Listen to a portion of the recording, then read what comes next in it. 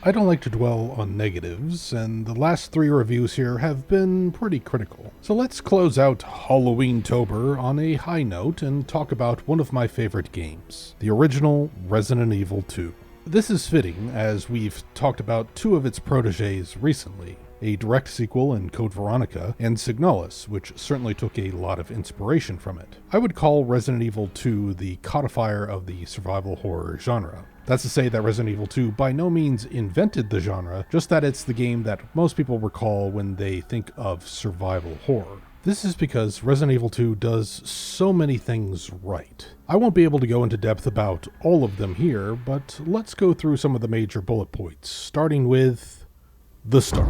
After some FMVs establish that Racoon City is in shambles, its citizenry are now zombies, and how our 2-player protagonists get stuck in this mess, we have a long gauntlet run before we get to the game's first proper dungeon, and heck, even the first save point. This, in my opinion, is the hardest part of Resident Evil 2. The game dumps you into the deep end right from the get-go, which is made worse if you're not up to speed on Resident Evil's idiosyncrasies, like tank controls for instance. This is a bizarre decision to say the least. Game Design 101 suggests easing your players into your world, giving them a few reps before you ramp up the difficulty. From this perspective, a highly punishing opening like this is quite risky. You're going to frustrate some players and turn them off of your game. I've definitely been frustrated here, even as a veteran player of the series. And so it's really weird that, upon reflection, I think this is a brilliant start to the game.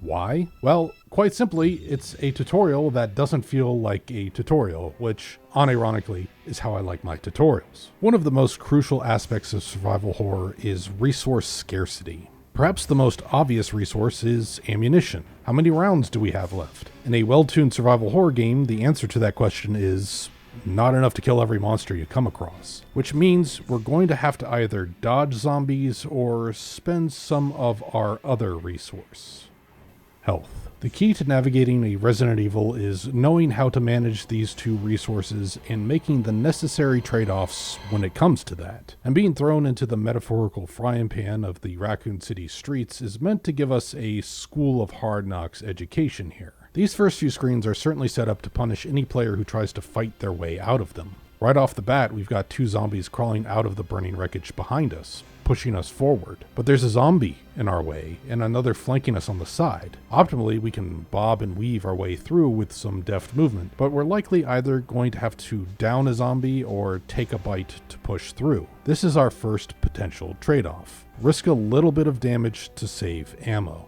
We get a brief breather in the gun shop, where curious players will be rewarded with handgun bullets. But moving near the back door will trigger an event where zombies bust through the windows and immediately grab the store owner. This presents us with another potential trade-off. Observant players will remember that the owner either has a shotgun, if they are Leon, or a bowgun, for Claire. We can flee, saving our health and restocked handgun bullets for the path ahead. Or we can trade those to grab the shopkeep's weapon, which gives us another attack option. We'll talk more about how Resident Evil 2 strongly differentiates its weapons later. Either way, this is an exciting decision with no obvious correct course of action. The only wrong answer here is being indecisive. Next, we must go through a series of narrow alleyways. This very intentionally inverts the open street environment from before. Now the more optimal solution is to fight, because ducking and dodging our way forward is going to be extremely difficult in these tight spaces. And if we did spend some ammo before, we're going to be regretting that choice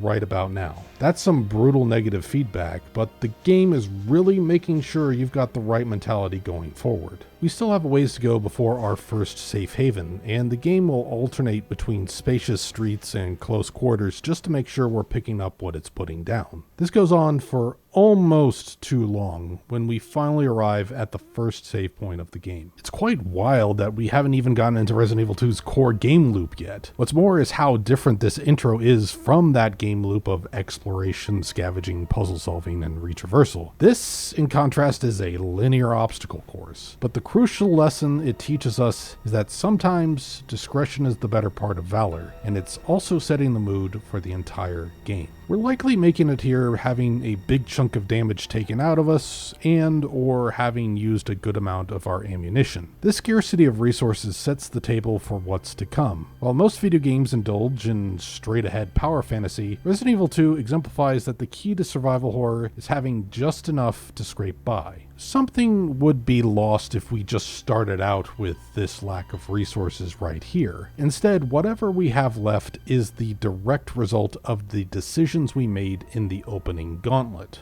On one hand, we feel a sense of relief and accomplishment for making it here, but on the other, we're left wondering how we could have done better. It's an ingenious way to get the player thinking about the ever so important resource economy and how they'd handle future situations. By the way, here is also the next incredible aspect of Resident Evil 2, its environment and level design, especially this Racoon police station. The lore of this game has this building as a repurposed art museum, and frankly, I find that to be a brilliant little creative flourish. The art museum backstory allows for some unusual architecture and to explain some of the bizarre adventure game logic puzzles. But now it's a precinct of, typical for America, a highly militarized police department. Hence, there are plenty of guns and ammo on hand, which we'll need to survive this zombie apocalypse. On the narrative side of things, the fact that this fortress has fallen to the hordes of the undead really speaks to the direness of the situation. Funny enough, I've already talked about this game's level design, specifically this RPD HQ building. In my review of Resident Evil Code Veronica, I bring it up to illustrate how that game, much to its detriment, strayed away from the great level design on display here. Before we get into it, let's talk about the core game loop for a second. The loop starts by dropping us into a space, and we need to find our way out of this space. Blocking us are hard obstacles, usually locked doors, which require us to find one or more key items. Literally keys most of the time. So we need to search the open space and find these key items, but we've got some soft obstacles in our way, our zombie friends here. How we deal with these monsters is up to us and the amount of resources we have at our disposal. Resources that we also need to scavenge from this environment. Since we have limited inventory space, we need to balance stocking up on ammo and healing items with saving room to carry the necessary keys. Eventually, we'll find the keys we need, which will open a new area to us, and the loop, loops. What this all boils down to is a scavenger hunt or an oversized escape room, plus zombies. I mentioned this before in the Code Veronica review, but this game and its predecessor really had great layouts for this pattern of play. Specifically, we have a big central hub or lobby area that has multiple access points to two large wings, clusters of rooms and hallways. As we search for keys in a wing, we're given plenty of opportunities to loot up and get introduced to future hard obstacles and key items. The multiple access points are crucial as they give us a choice of paths through each wing. Do we play it safe and stick to the hallways we're familiar with and have cleared out before? Or are we hurting for supplies and thus decide to take a chance in uncharted territory? The two wings also help the Racoon police station feel properly big, but the hub-like lobby keeps backtracking from feeling too long and arduous, which is one of my critiques of Code Veronica. Given we've got two player characters running around in here simultaneously, it doesn't feel too odd that Claire and Leon aren't crossing paths more frequently. The remoteness of the other side of the building also enables another key ingredient to Resident Evil 2's recipe. State changes are scripted events that frequently happen after certain key item turn-ins, usually involving a crowd of zombies crawling in through the windows or the like. This really helps sell the setting that this building is besieged and that the zombie threat is dynamic and changing. From a gameplay standpoint, it helps jostle the player out of any sense of security they may have developed. I find Resident Evil 2 does a fantastic job with these state changes, using them frequently enough to maintain pacing and ratchet up tension, but not so frequently that they lose the element of surprise or burn us out. And as mentioned, they feel quite organic given the two-wing structure of the building. If you spend a lot of time on one side of RPD headquarters, you start to get the feeling that something's going to be different when you go back to the other wing. I brought up our two protagonists, so let's shift over to them now. Leon S. Kennedy makes his first appearance here, and he embodies a lot of rookie cop tropes. That is, he seems to earnestly want to help people out, but is naive to a fault, especially when Ada Wong enters the picture. I don't dislike Leon, but he's kind of a bland character here. Now, I wouldn't call Claire Redfield a deep or complex character by any means, but she's interesting in an incidental sort of way. She's a 19-year-old woman, college student, and a biker. That's a really unusual combination here in America, even today, let alone in 1998. According to a 2018 survey, only 19% of motorcycle owners are women, and the median age for riders was 32 years old back in 1990, which has since increased to 47 years old. It should also be noted that in terms of game mechanics, she's equally as capable as Leon, and the game doesn't remark on any of this at all. This is your player protagonist. We will not be taking any questions at this time. Thank you, have fun. I think that's quite cool. Where I think Claire stands out is in her interactions with Sherry Birkin. It's an interesting riff on Claire's motivation. She's the younger sibling looking for her lost brother, and while doing so, she becomes something of a big sister and protector for Sherry, a child searching for her parents. The ordeal reveals Claire as both kind and fierce when need be, brave yet also compassionate and caring. Our other supporting characters also have some unexpected depth. Annette Birkin definitely has some questionable ethics working as an Umbrella researcher and demonstrates ruthlessness in protecting her husband's legacy, but her love and concern for her daughter seems genuine. Ada Wong plays straight the role of femme fatale at first, but actions again show that there's more to her than what meets the eye. One last thing to remark on about the characters is Resident Evil 2's surprisingly good voice acting. Sure, there's some goofy sounding line deliveries here and there. It worked! But overall, these performances are well ahead of their time. Voice acting in this era was a crapshoot, where it wasn't uncommon for actors to be in the booth with nothing but their lines to go off of. No game footage, no storyboards, and perhaps no direction either. The fact that RE2 managed to consistently pull off convincing or at least decent line reads really sets it apart. Not even its fellow cinematic game contemporaries of Final Fantasy VII or Ocarina of Time had this. I promised to go into detail about the game design logic behind Resident Evil 2's weapons earlier, and I also mentioned in my Signalis review about how these weapons are tightly coupled with RE2's monsters. I find the approach here to be simple yet elegant. Obviously, a better gun is going to do more damage, but Resident Evil adds another consideration: stopping power. Combined with scarcer ammo quantities, this means each weapon has certain threats and situations where it excels, and others where it's the wrong choice. Let's start with the most common threat, our run-of-the-mill zombie. Zombies are slow. They don't do a lot of damage, and with a little effort can be staggered or dropped to the ground. They're also quite abundant, but unless they're coming at us in a huge group in a tight space, the standard handgun is the appropriate tool for the job here. Dogs have a different threat profile. They're fast and can wreak havoc if they get in close, but they're very easy to stagger and interrupt. So yet again, our base pistol is the right choice here. But then we get to the lickers. Once aggroed, a licker is a lethal threat. It moves quickly and can do a ton of damage and takes considerable force to knock down. Using a pistol on them is likely going to cost a lot of health, if not our life. We need stopping power to safely dispatch them, so shotgun or grenade launcher is advisable. There are, of course, situations where our weapon calculus changes. Handgun is great for taking down one zombie at a time, but a crowd calls for either shotgun, bowgun, or maybe even a standard grenade round, all of which have spread.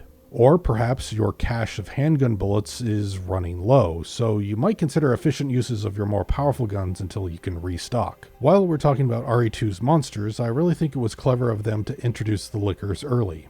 If I have a critique of the original game, it's that the hunters don't show up until pretty late in the game. This means the interplay of weapons with monster types doesn't really have a chance to gel. This isn't a problem in Resident Evil 2, as the lickers appear not long after entering the RPD building, quite possibly before you even have a suitable weapon for dealing with them. There are plenty of other things to praise about Resident Evil 2, but I really want to comment about the zapping system. If you're unfamiliar, you can start this game as either Claire or Leon. Once you complete one character story, you'll get to play as the other during the same in-world time frame, but from a different perspective. That alone is quite ambitious. It's not only two stories for the price of one, which its predecessor did, but now it unifies these two tales into one cohesive whole. But here's the kicker. The overall experience is slightly different if you do Claire A, Leon B instead of Leon A, Claire B. The developers achieved this in a very crafty and economical manner, mostly by creating two versions of specific scenes or small gameplay sections. One of the more ingenious instances is right at the start of the game. How do we change which character goes on which path? Well, look at how the car crashes. In one FMV, it crashes forwards. In the other, it does so backwards, inverting the sides our characters emerge from. So, all in all, if you enjoyed your first playthrough of Resident Evil 2, changing the characters around can really enhance your replay experience. Resident Evil 2 is a genuine classic,